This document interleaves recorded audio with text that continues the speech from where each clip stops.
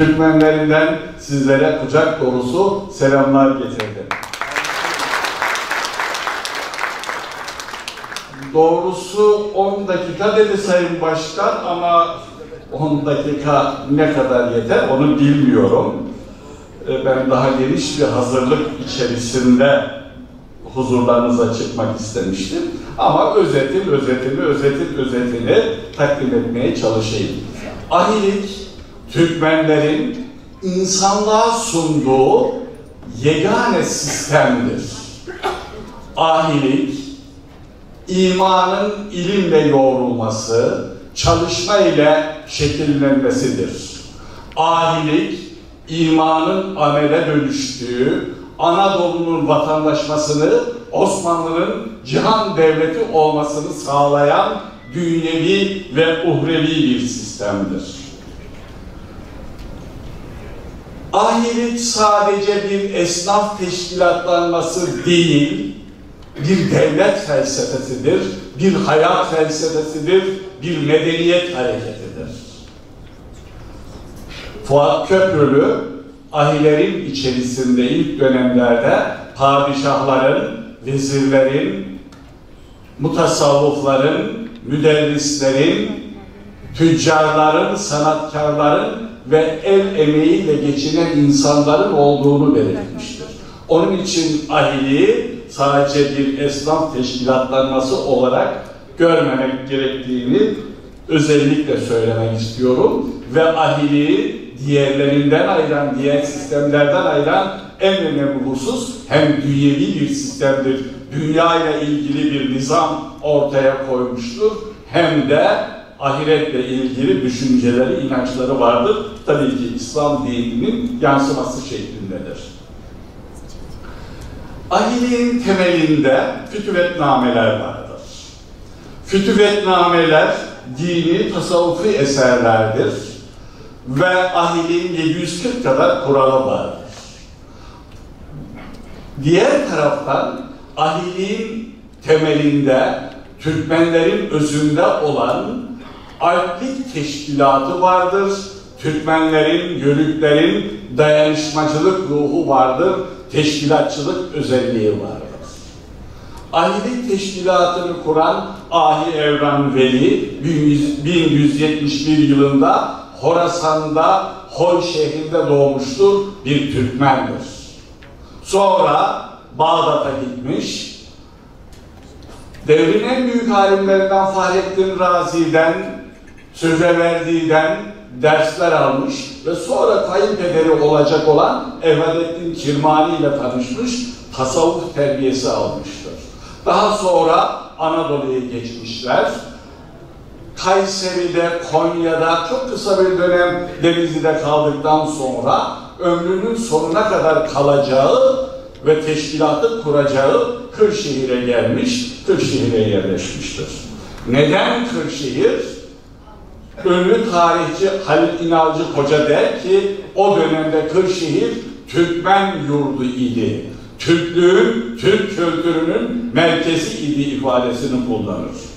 Başbakan, Dışişleri Bakanı iken bizim uluslararası ahilik sempozyumuna gelmişti. Orada Kırşehir için çok güzel bir ifade kullandı. Kırşehir medeniyetimizin tohum şehridir dedi. Ve o dönem Kırşehir'ini anlamadan Selçuklu Türkiye'sini, Osmanlı Türkiye'sini bilmek mümkün değildir ifadesini kullanmıştı. Doğru bir ifadeydi. Ve Kırşehir Ahi Evran'a ev sahipliği yaptı. Ve ahilik teşkilatı kuruldu. Uzatmayacağım haliyle. Ahilik teşkilatında esas olan 3 unsur var. Yiğit, ahi, şey. Yiğitlik o işe heves eylemektir. Ahilik o işte olgunlaşmaktır. Şehri ise tamam olmaktır diyor Burgazi Fütüvetnamesi'nde. Ve ahiler o zaman sadece Anadolu'da değil, bütünüyle Kazan'dan, Tataristan'dan bahsediyorum, Altaylardan, Tuna'dan bahsediyorum, Altaylardan Tuna'ya kadar ve bütün Balkan coğrafyasında teşkilatlanmıştır. Ve Türkiye has bir teşkilattır. mayasını Türk kültür ve medeniyeti oluşturmuştur. Kendilerine göre üretici insan tipi yetiştirmişlerdir. Helal lokmayı önceleyen ve çalışmayı, üretmeyi esas alan, devlete, millete sahiplik eden bir anlayış hakim kılınmıştır. Ne yapmıştır ahiler? Anadolu'yu vatandaştırmışlardır. Göçebe gelen Yörükleri, Türkmenleri yerleşik hayata geçirmişler ve onların şehir hayatına geçmesini sağlamışlardır. Ne yapmışlar? Ermenilerin, Rumların elinde olan meslekleri Müslüman Türk'ün öğrenmesini sağlamışlar. Yamak, çırak, kalfa, usta sistemi içerisinde muhteşem bir üretim sistemi oluşturmuşlar. Ve adi insan tipini yetiştirmişler. Tekke ve zaviyelerde 740 kuralı öğretmişler. Bu 740 kural o kadar detaylı kurallar ki sokakta yürümekten alışveriş yapmaya kadar, hasta ziyaretinden yemek yemeye, su içmeye, affedersiniz tuvalete gitmeye kadar kurallara bağlamışlar. Ve onları bir dini ibadet içerisinde öğretmişler. Gündüzleri onları iş başında yetiştirmişler. Onları üretici insan yapmışlar. Kim ki iyi insan, iyi Müslümandır. İyi Müslüman, iyi insandır ilkesi gereğince insanları mükemmel bir şekilde yetiştirmeye çalışmışlar. Üretici insan yapmışlar. Sadece bu kadar da değil. Dünyada ilk defa, ama söylüyorum, bastırarak söylüyorum, dünyada ilk defa kadınları teşkilatlandırmışlardır. Nedir o teşkilatın adı? Bağcıyan Rum dediğimiz Anadolu Kadınlar Teşkilatı'dır. Ahi Evran'ın hanımı Fatma Bacı vesilesi vasıtasıyla kadınlar teşkilatlanmış. Onlar hem aşına, işine, eşine bağlı olmuşlar, hem de onları bir meslek sahibi yapmışlardır. Bu kadar da değil. Ve o dönemde askeri eğitim vermişlerdir ahilere. Niye? Çünkü düşman geliyor. Moğollar geliyor. Moğollara karşı en ciddi, en mükemmel mücadeleyi ahiler vermişlerdir. Ve Osmanlı Devleti'nin kuruluşundaki o silahlı, beli kuşaklı dediğimiz asker tipi ahilerin o ilk teşkilatlı silahlı kısmıdır. Ahilerin en önemli eseri ise Osmanlı Devleti'nin kuruluşundaki etkisidir. Öyle ki Şeyh Edebali Kırşehir'den gitmiş bir ahi şeyhidir. Ertuğrul Gazi 1230 Yassı-Çimen Savaşı'ndan sonra Alaaddin Keykubat tarafından kısa bir dönem, 40-50 yıl kadar Kırşehir yakınlarında Karakeçili aşiretinin olduğu yer vardır, hala o isimle anılır.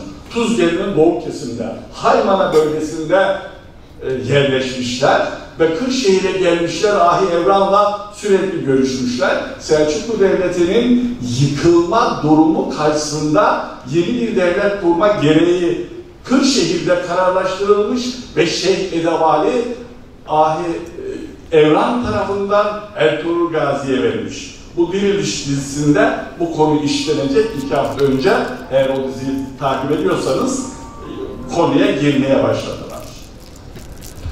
Ve Fatih Sultan Mehmet'e kadar bütün vezirler şerh kuşanmış bir ahidir. Fatih Sultan Mehmet'e kadar, Yıldırım Bayezid hariç, onun hocası farklı, hepsi şerh kuşanmış bir ahidir.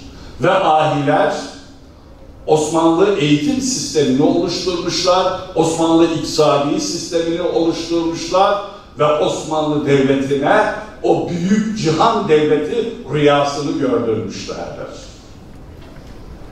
Bu ahiler Anadolu'da kurdukları vakıflarla, son tespitlere göre sadece Anadolu'da 379 tane ahi vakfiyesi tespit edildi. Yeni bir rakam söylüyorum size.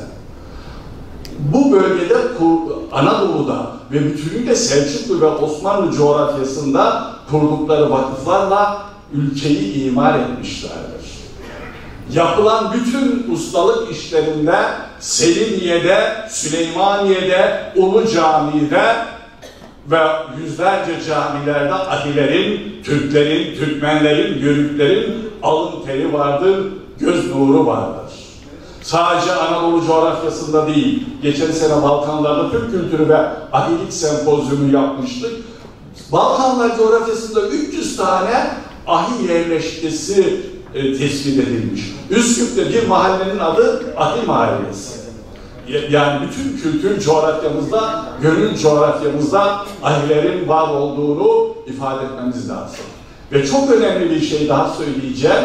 Anadolu'nun kültürel anlamda vatandaşmasını sağlamışlar.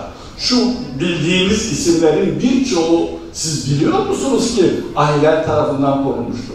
Dağa bakmış, Hasan Dağı demiş, Kaz Dağı demiş, Boz Dağı demiş, Allahu Ekber Dağı demiş. Irmağa bakmış, Aksu demiş, Göksu demiş, Yeşilırmak, Kızılırmak. Kırşehir demiş, şehirlere bakmış, Gülşehri demiş, Aydın demiş, Tokat demiş.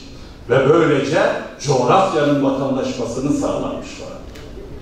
Ve Osmanlı'nın yükselişinde hem siyasi anlamda, askeri anlamda, kültürel anlamda, ki kültürel anlamda onu da söylemem lazım,